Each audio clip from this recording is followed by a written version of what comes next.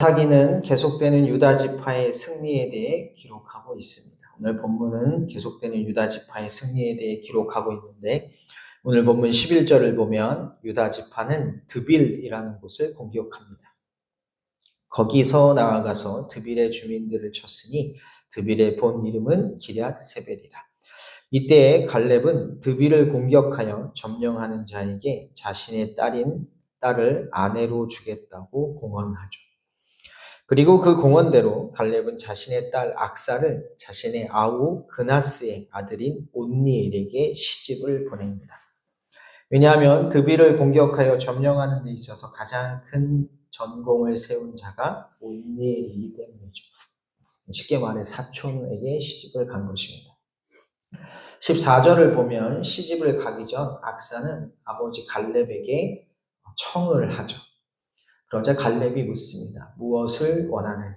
그녀가 아버지께 원하는 것은 두 가지인데 하나는 14절에 나오는데 밭입니다. 다시 말해 땅을 구하는 것이죠. 자기 아버지에게 밭을 구하자 하고 나귀에서 내리매.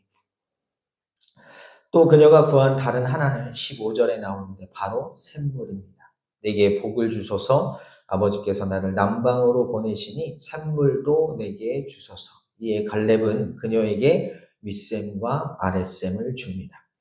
이후 17절을 보면 유다 지파는 다시금 시므온 지파와 연합하여 스밧에 거주하는 가나안 족속을 진멸하죠.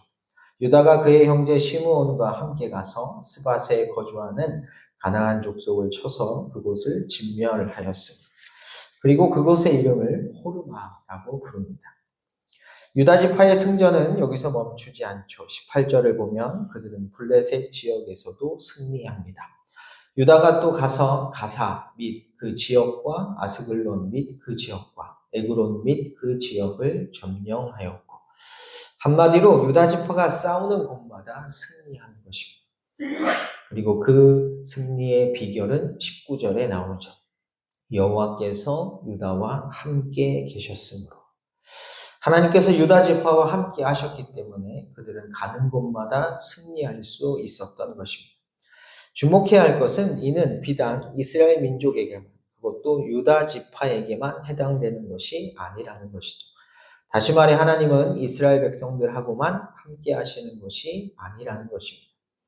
우리는 그것을 오늘 본문 16절에서 분명하게 확인할 수 있습니다. 우리 함께 16절을 읽어보겠습니다. 말씀을 읽습니다. 모세의 장인은 겐 사람이라. 그의 자손이 유다 자손과 함께 종려나무 성읍에서 올라가서 아란 남방의 유다 황무지에 이르러 그 백성 중에 거주하니라. 아멘. 사실 16절은 내용상 상당히 부적절한, 부자연스러운 내용을 담고 있습니다. 출애굽기 3장 1절을 보면 모세의 장인이 미디안 사람이라고 나옵니다. 모세가 그의 장인 미디안 제사장 이드로의 양떼를 치더니, 이 말은 모세의 장인은 이스라엘 사람이 아니었다는 것이죠. 그런데 민수기 10장 29절을 보면 모세는 장인의 아들인 호밥에게 자기들과 함께 동행할 것을 제안합니다.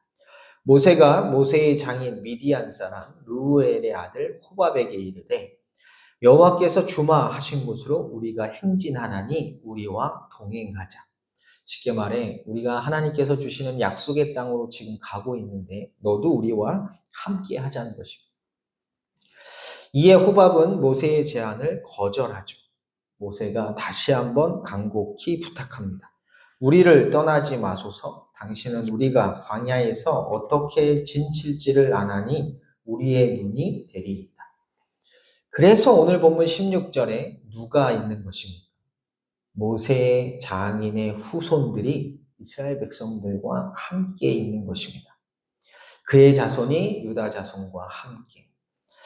그리고 지금 이 순간 모세의 장인의 후손들이 이스라엘 민족과 함께 있다는 것이 무엇을 의미하는지가 중요합니다. 여러분, 그들이 이스라엘 백성들과 함께 있다는 것은 무엇을 뜻하는 것입니까? 이스라엘 백성들이 누리는 모든 복을 그들도 함께 누린다는 것입니다. 하나님께서 이스라엘 민족에게 허락하신 약속의 땅에 이제 누구도 들어가고 있는 것입니까? 그들도 들어가고 있는 것입니다. 다시 말해 오늘 본문은 유다 지파가 누구와 싸우고 있습니까? 하나님을 믿지 않는 이방 민족과 싸우고 있습니다. 그래서 그 이방 민족이 다 패배하는데 같은 이방 민족임에도 불구하고 이스라엘 백성들과 함께 있는 자들은 복을 받는다는 것입니다. 다시 말해 내가 누구냐, 민족은 중요하지 않습니다. 여전히 중요한 것은 하나님을 믿느냐, 믿지 않느냐, 하나님의 믿는 자들과 함께 하느냐, 하지 않느냐입니다. 그리고 이는 하나님께서 아브라함을 처음으로 부르셨을 때 약속하신 것이 성취되고 있음을 보여주는 아주 중요한 대목입니다. 창세기 12장 3절을 보면 하나님께서 아브라함을 부르실 때 이렇게 약속하십니다. 너를 축복하는 자에게는 내가 복을 내리고 너를 저주하는 자에게는 내가 저주하리니 땅의 모든 족속이 너로 말미암아 복을 얻을 것이라. 때문에 이스라엘 사람이 아닌 겐 사람, 미디안 사람도 이스라엘 백성들과 함께 하나님께서 주시는 복에 참여할 수 있는 것이죠. 그리고 그 복은 누구에게도 임합니까? 이스라엘 백성이 아닌 나에게 임할 수 있는 것이죠. 사도 바울이 갈라디아서 3장 8절과 9절에서 하는 말이 바로 이것입니다. 또 하나님이 이방을 믿음으로 말미암아 의로 정하실 것을 성경이 미리 알고 먼저 아브라함에게 복음을 전하되 모든 이방인이 너로 말미암아 복을 받으리라 하였느니라. 그렇다면 하나님께서 아브라함에게 약속하신 복을 이스라엘 사람이 아닌 이방 민족, 다시 말해 우리가 어떻게 받고 누릴 수 있을까? 여러분, 하나님이 아브라함에게 하신 약속을 어떻게 우리가 받고 누립니까? 무엇을 통해? 그게 믿음입니다. 예수님을 믿는 믿음으로. 그러므로 믿음으로 말미암은 자는 믿음이 있는 아브라함과 함께 복을 받는다. 바로 믿음으로 우리가 그 복에 참여하죠. 정확하게 말하면 예수 그리스도를 믿는 믿음입니다.